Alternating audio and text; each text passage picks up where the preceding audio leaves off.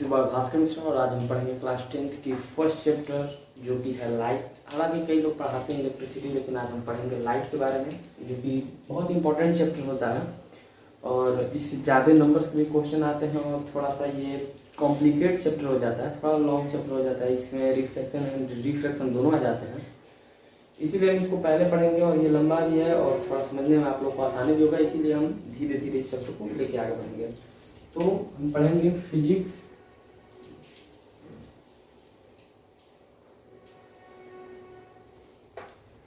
तो first chapter है light, reflection and refraction. तो अभी हम केवल रिफ्लेक्शन के बारे में पढ़ेंगे और अगर साइड बुक में आप देखेंगे तो रिफ्लेक्शन एक अलग चैप्टर है, रिफ्रैक्शन एक अलग चैप्टर है, लेकिन एनसीईआरटी में जो है वो दोनों कंबाइंड है, रिफ्लेक्शन एंड रिफ्रैक्शन। तो पहले रिफ्लेक्शन ऑफ लाइट के बारे में पढ़ेंगे। तो पहले हम जानेंगे कि लाइट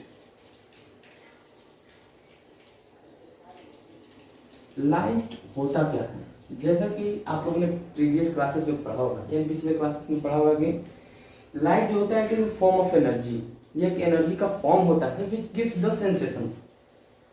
ये एक एनर्जी का फॉर्म होता है। अगर मान लीजिए एनर्जी का फॉर्म कोई भी होगा तो उसे हम लाइट कह सकते हैं। जैसे मान लीजिए बल्ब कोई हो गया, फ्लेम हो गया, ये एक एनर्जी का फॉर्म होता है, इसीलिए और उसके जरिए हम किसी चीज को देख सकते हैं तो उसे लाइट कहते हैं। अब कुछ इसके प्रॉपर्टीज होते हैं, तो ये भी मॉकिंग हो गया कि बीच में हम मौखिक रूप से जान लेते हैं ऊपर कि होता क्या है। इसके प्रॉपर्टीज होते हैं, ये तो एक स्ट्रेट लाइन में चलती है, ये प्रॉपर्टी हो गया। क्यों चलती है? ड्यू टू इट्स स्पीड, क्योंकि इसकी स्पीड बहुत तेज होती है इसीलिए सीधे चलती है। और जब आगे चलेंगे तो इसका पढ़ेंगे, कई नेचर्स होते हैं इसके। नेचर्स में पार्टिकल नेचर हो गया, वेव नेचर, कई सारे हो गए। फिलहाल हमको डीप में नहीं जाना है, उसके ऊपर पढ़ना है। तो हम पहले जानेंगे रिफ्लेक्शन होता क्या है। तो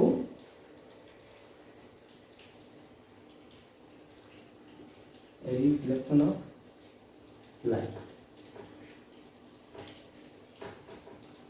तो रिफ्लेक्शन ऑफ लाइट होता बेसिकली ये है कि जैसे मान लीजिए कि लाइट ही नहीं, हम किसी और चीज को, जैसे मान लीजिए बॉल ले लिए, बॉल को हमने लिया और थ्रो किया, तो थ्रो करने के बाद सरफेस पे टकराई और वापस आ गई। उसी मतलब एक मान लीजिए एक एरिया है, एरिया नहीं मीडियम है, इसे टकराई और इसी में बॉल वापस चली गई, तो इसे कहते हैं रिफ्लेक्शन ऑफ लाइट। जैसे मान लीजिए सूर्य की किरण आई, जैसे मान लीजिए ये दीवार हो गया और इसको ये क्या कर रहे हैं हम लोग, पेंट कर रहे हैं, यानी ये मिरर है, ठीक है। तो इसको पेंट कर दी तो रे ऑफ लाइट इसके आकर नहीं जा सकती। जैसे मिरर के पीछे आप लोगों ने देखा होगा कि एक कोटिंग की जाती है, ठीक है। तब उल्टा करके देखिएगा, जैसे मान लीजिए रे ऑफ लाइट आई, ठीक, और ऐसे ही चली गई, इसे कहते हैं हम रिफ्लेक्शन ऑफ लाइट, ठीक है। आई और टकराई यहाँ पे और चली गई, फिर आई फिर गई, ऐसे ही आते जाते रहेंगे रे ऑफ लाइट, ठीक है। जिसे हम रिफ्लेक्शन ऑफ लाइट कहते हैं, ठीक है। तो रिफ्लेक्शन ऑफ लाइट के दो लॉज होते हैं। अब लॉज यानी ये प्रूफ करते हैं कि दो लॉ होते हैं। पहला लॉ होता है, तो इसमें हम पढ़ेंगे laws of light,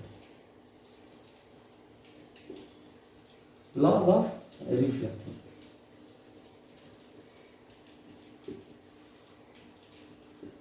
laws of reflection देखिए दो होते हैं। एक तो होता है angle I is equal to angle R, यानी जैसे मान लीजिए अभी हमने एक फिगर बनाया था, जैसे मान लीजिए फिगर हो गया, रे ऑफ लाइट आई और गई, ठीक है। ये इंसिडेंट रे हो गया और ये रिफ्लेक्टेड रे हो गया, ठीक है। और ये बीच में से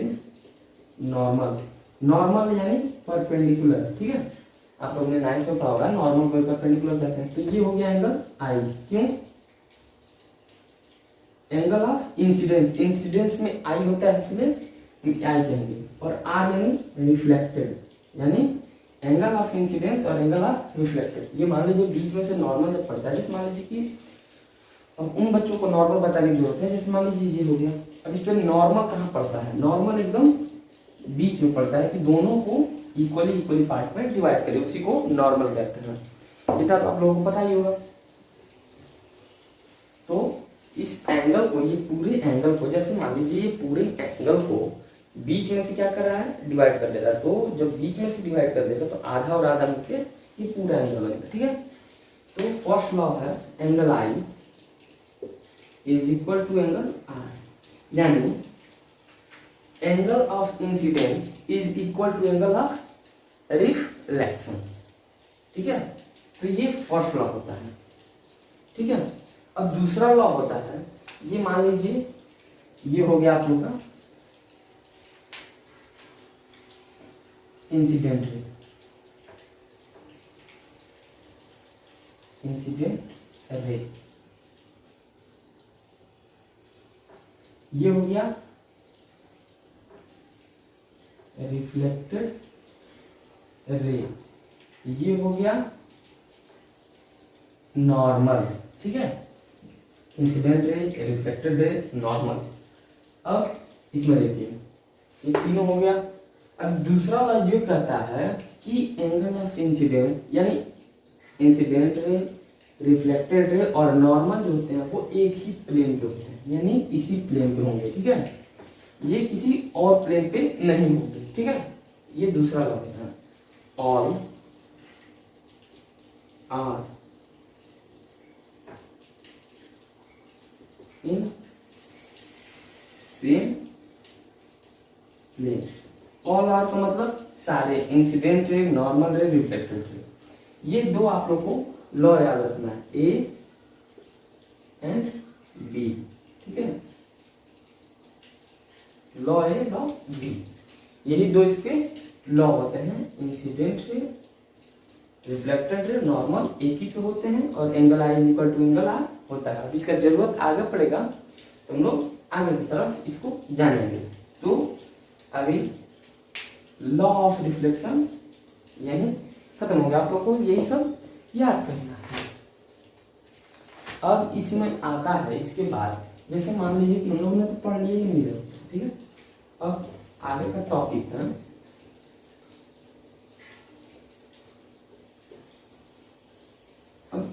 टॉपिक है मिरर। ये जो मैं पढ़ा रहा हूँ ये आप लोग को मैं इसका नोट्स मैं दे दूंगा। जब ये चैप्टर खत्म होगा तो मेरे द्वारा मेरा हैंड नोट्स है, उसको मैं पीडीएफ बना के डिस्क्रिप्शन में, आखिरी वीडियो जो इसका होगा इसका, उसके डिस्क्रिप्शन में मैं आप लोग को लिंक दे दूंगा और आप लोग वहाँ से पीडीएफ ले लीजिएगा और उसको लिख लीजिएगा या फिर याद कर लीजिएगा। तो अब आगे का है मिरर। अब मिरर क्या होता है, मिरर जिसमें हम अपने आप को देखते हैं उसे मिरर कहते हैं। तो लेकिन वो मिरर है कौन सा, प्लेन मिरर है। अब मिरर में भी मिरर होता है, जैसे मान लीजिए ये तो हो गया प्लेन मिरर, ठीक, ये नंबर 1 हो गया, ये नंबर 2, नंबर 3, ये प्लेन मिरर हो गया।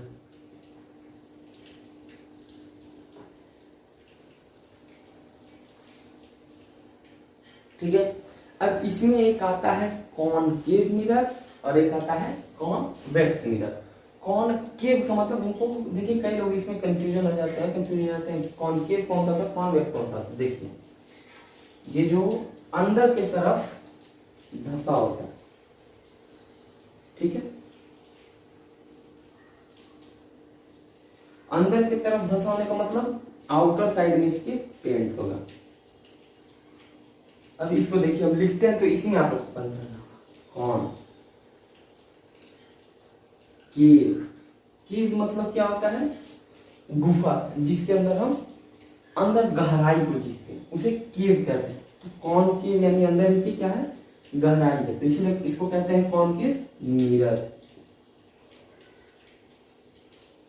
अब देखिए, और एक आता है कॉन्वेक्स मिरर। ये देखिए ऐसे होगा, ठीक। और इसके इनर साइड में पिन। ये रे ऑफ लाइट इसमें अंदर की तरफ आएगा और इसमें बाहर की तरफ। इसको क्या कहेगा? Convex mirror. वैक्स मतलब जिसपे आके फिसल जाए, यानी चिकनाहट टाइप का ऊपर की तरफ। तो ये हो गया कॉनकेव और ये हो गया कॉन्वेक्स। ठीक है, इसी को कॉनकेव और कॉन्वेक्स मिरर के रूप में हम जानते हैं। ठीक है, अब देखिए, अब हम मिरर तो जान लिए। अब जैसे मान लीजिए इसको सिंपल तरीके से जानना है तो मान लीजिए हॉलो स्फीयर एक है, ठीक है, और इसी में से हम इतने को कट कर देंगे तो हमको ये मिल गया। इसी में से इतने को कट कर दिए तो ये मिल गया। ठीक है, अब इसको मिटा दिए तो हमको दो यहाँ दिख रहा है। ठीक है, कॉनकेव और कॉन्वेक्स। ठीक है, तो हमको ऐसे भी जानेंगे। अब देखिए, अब जब ये होगा, ये इतना पूरा बना हुआ था और सर्कल गलत बन रहा है तो इसका सेंटर भी होगा। तो जब हम इसको कट करके हटा देंगे तो ये भी सेंटर होगा कि नहीं होगा? होगा। ठीक है, यहाँ भी एक सेंटर होगा। ठीक है, होगा ही होगा। तो अब आगे का जो हमारा है अब इसी पे आधारित है। तो आगे चलते हैं। तो आगे का है, देखिए ये हम बना लिए। ये कौन सा मिरर हो गया? कॉनकेव। ठीक है, क्योंकि ये अंदर की तरफ फंसा हुआ है। अब ऐसे मत समझिए, ऐसे बना सकते केव का मतलब अंदर की तरफ जाना और बाहर से क्या हो? पेंट हो। ठीक है, तो उसको कॉनकेव कहेंगे। अब देखिए, अब ऐसे इसका सेंटर भी कुछ होगा तो इसको हम किस चीज से डिनोट करेंगे? सी से। अब देखिए, इसमें अब एक चीज होता है बीच में, इन दोनों पॉइंट के नॉर्मल में होता है फोकस। अब इस फोकस का ये जो सेंटर है उसको दो भागों में डिवाइड करते हैं। और ये क्या है? Point P. पी यानी पोल, यानी इस एक्सिस का ये जो है पोल है। ठीक है, अब देखिए, अब फोकस जो है यहाँ पे एक चीज डिसाइड करता है कि जितना भी रे ऑफ लाइट इस पे आए, ये इधर से आए, इधर से आए, इधर से आए, इधर से आए, पास कहाँ से करेगा? फोकस से। अभी आगे बताएंगे। ठीक है, पहले इसमें और जानिए और क्या क्या होता है। तो ये P हो गया, F हो गया, C हो गया, और इस के बीच के डिस्टेंस को हम क्या करते हैं? Small f। ठीक, इसके बीच के डिस्टेंस को क्या कहते हैं? r। क्यों? क्योंकि ये जो है वो रेडियस है। जैसे मान लीजिए ये सर्कल है और इसके बीच को, इसको क्या कहते हैं? आर्यन कहते हैं, रेडियस कहते हैं। तो वही है, हम इतने को हटा दिए तो आर हुआ कि नहीं हुआ? हुआ ना, बस इसी को ध्यान है। ठीक है, अब इसमें इतना हो गया, फोकस हो गया, रेडियस हो गया, सेंटर ऑफ कर्वेचर हो गया, फोकस हो गया, और इसके डिस्टेंस को क्या कहते हैं? अब इसमें हम जानिए centre of curvature, focus, radius, F, pole. ठीक है, तो इसमें यही इंपॉर्टेंट होता है। अब देखिए, जब इसमें कोई भी ऑब्जेक्ट आ जाएगा तो यू, इमेज, ऑब्जेक्ट, ये सब आगे से आ जाएंगे। तो pole, focus, focal length, principal axis, ये देखिए ये आपका हो गया। ये एक्सिस को क्या कहते हैं? Principal axis. इसको एक्सिस ही लिख देते हैं। ठीक है, ये हो गया एक्सिस यानी प्रिंसिपल एक्सिस। ये इसी को कहते हैं, पी को प्रिंसिपल एक्सिस कहते हैं। अब देखिए, आगे जब हम चलेंगे तो एक इसी के जस्ट आगे फॉर्मूला आता है,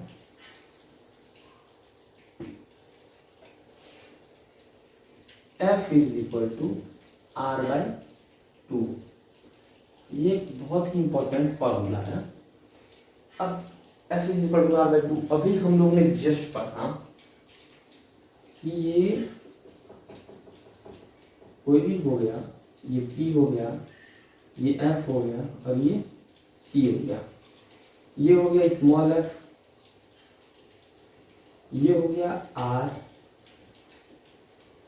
तो हमको बस यही प्रूफ करना है एफ जो होता है वो आर का आधा होता है। हम तो फिगर में तो देख लिए, लेकिन हमको तो ऐसे मालूम नहीं होगा कि हमको देख के कह दिए कि प्रूफ हो गया तो हो गया। हमको जैसे प्रूफ करना है कि F is equal to R by two होता कैसे है। एग्जामिनर तो ऐसे देख के तो कहीं नहीं कहेगा कि हाँ हो गया, हमको नहीं दिख रहा, हमको प्रूफ करके बताओ कैसे होगा। तो हम इसको प्रूफ करेंगे F is equal to R by two कैसे होता है। तो देखिए इसको हम थोड़ा छोटे में लिख लेते हैं। हमको प्रूफ क्या करना है, F is equal to R by two. ठीक है, पहले हम यहाँ फिगर बना लेंगे।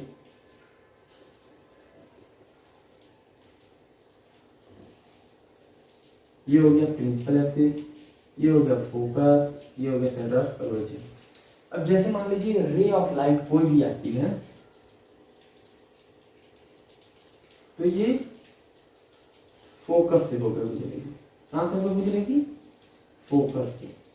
अब देखिए, अब जब तक इमेज नहीं बनेगा तब तक इमेज नहीं बनेगा, जब तक क्या होगा दो रे ऑफ लाइट आपस में टकराएंगी नहीं, तब तक इमेज नहीं बनेगा।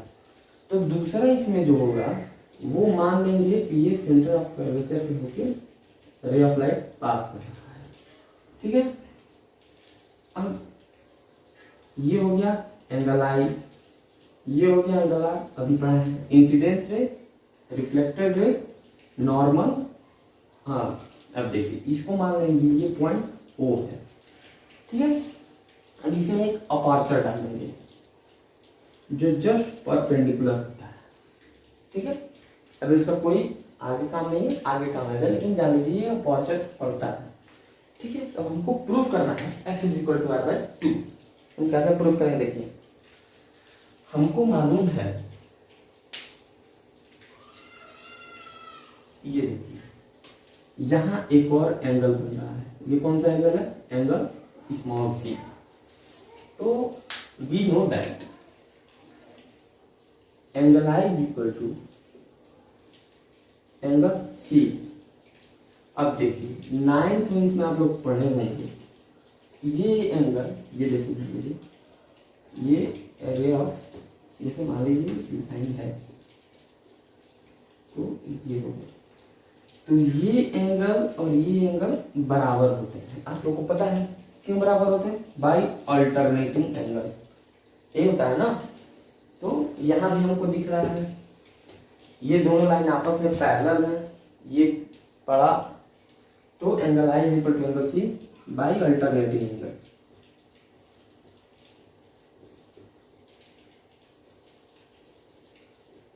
ठीक, अब देखिए अब एक और चीज होता है,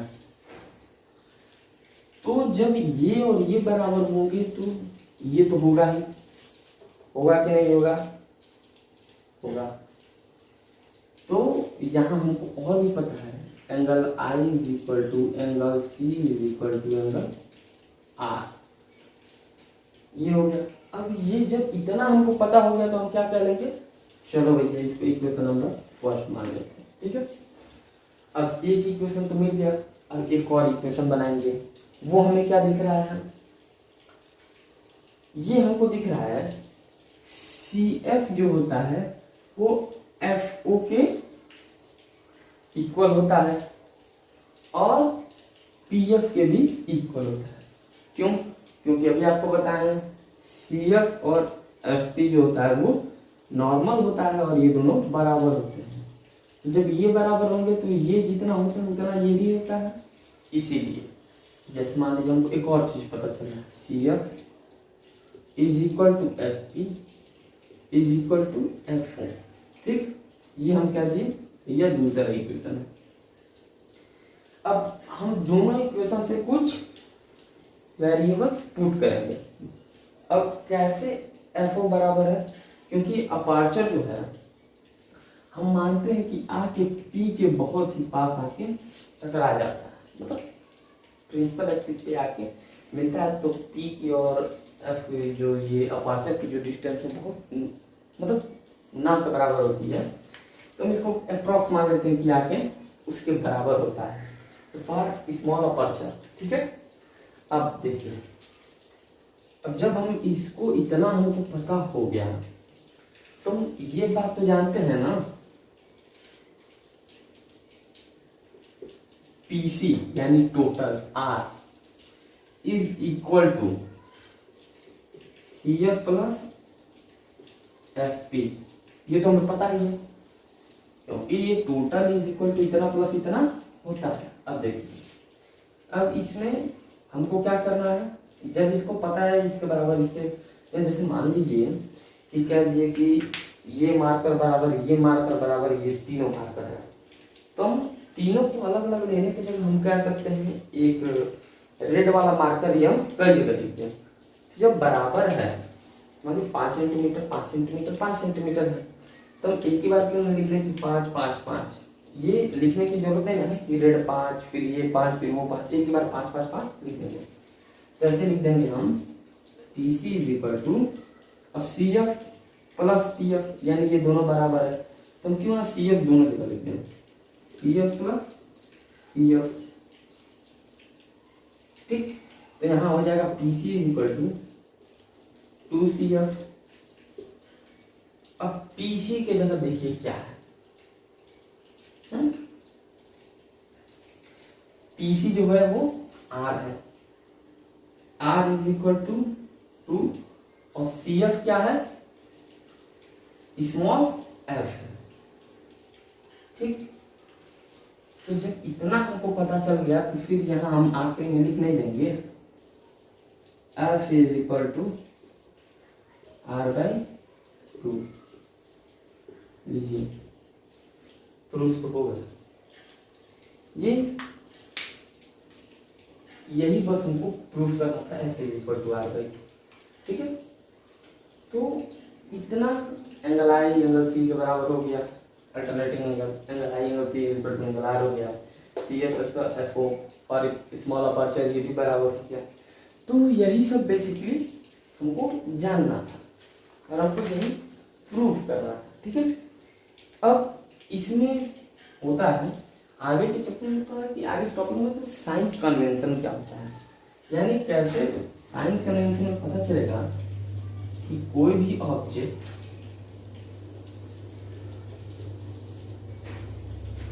कब माइनस होता है और कब प्लस होता है। तो ये अभी साइन कन्वेंशन बताने के बाद इस वीडियो को हम रोक देंगे, क्योंकि ओवरलोडेड हो जाएगा और ज़्यादा ना हो जाएगा तो आप लोग को पढ़ने का मन भी नहीं करेगा।